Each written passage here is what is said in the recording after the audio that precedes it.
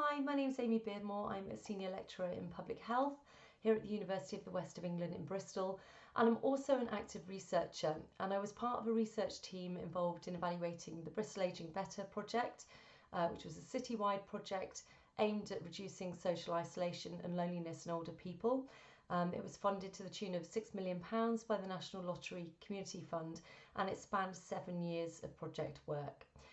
So what I want to talk to you today specifically about is our evaluation of the community development aspect of the Bristol Ageing Better project. So there were 6 areas of community development across the city that we evaluated as a team, and I wanted to share some of the learning from that with you now. So as part of our evaluation process, we recruited a group of older people to come and join us as community researchers.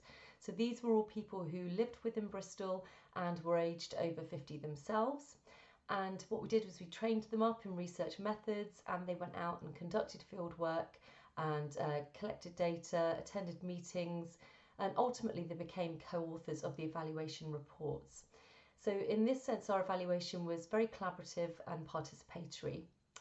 One of the key findings from our evaluation was that older people really, of course, want to have a say in their communities and the things that are on offer for them, but often they don't want to commit at a really strategic level, and they also don't want to be treated as some kind of separate entity to the rest of the population. So a really popular way of getting older people involved in decision-making processes is steering groups. And steering groups are often set up with the hope that they're going to enable providers to co-produce activities for older people. But there are actually very few older people who are able or can or want to commit to activities at a strategic level. And in fact, the vast majority of older people have other interests or responsibilities. They have caring roles, they might do voluntary work, or they just might have lots of other demands on their time that prohibit them from getting involved at that kind of strategic level. And likewise, the most successful steering groups were the ones that really were aimed at the whole community rather than being specifically for older people.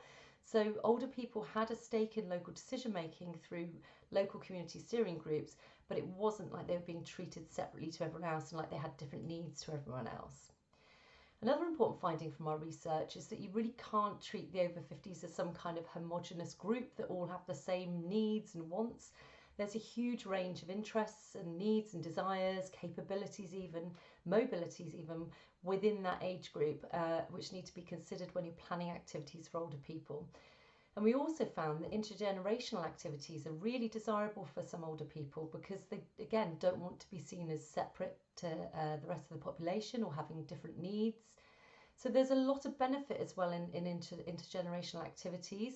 They're open to everyone, and in that sense they're often more sustainable as well, so funding can be shared rather than just using funding that's aimed at activities for older people, for example. More people are obviously able to attend or invited to attend intergenerational activities, and therefore activities have a greater chance of long-term survival, which is often very important obviously when funding is tight. There are obviously still loads of challenges around working with older people in terms of involving them in the decision-making processes. And one particular challenge in Bristol, and I'm sure in other parts of the country and beyond, is getting representation from marginalised or minoritised groups. And although this actually can be mitigated to some extent by arranging activities that are very localised, that are appropriate to local communities, and by using providers that are really embedded within the local area and who are trusted by the local population. So there's just a few headline findings from our research. I hope you found that useful. Thanks for listening.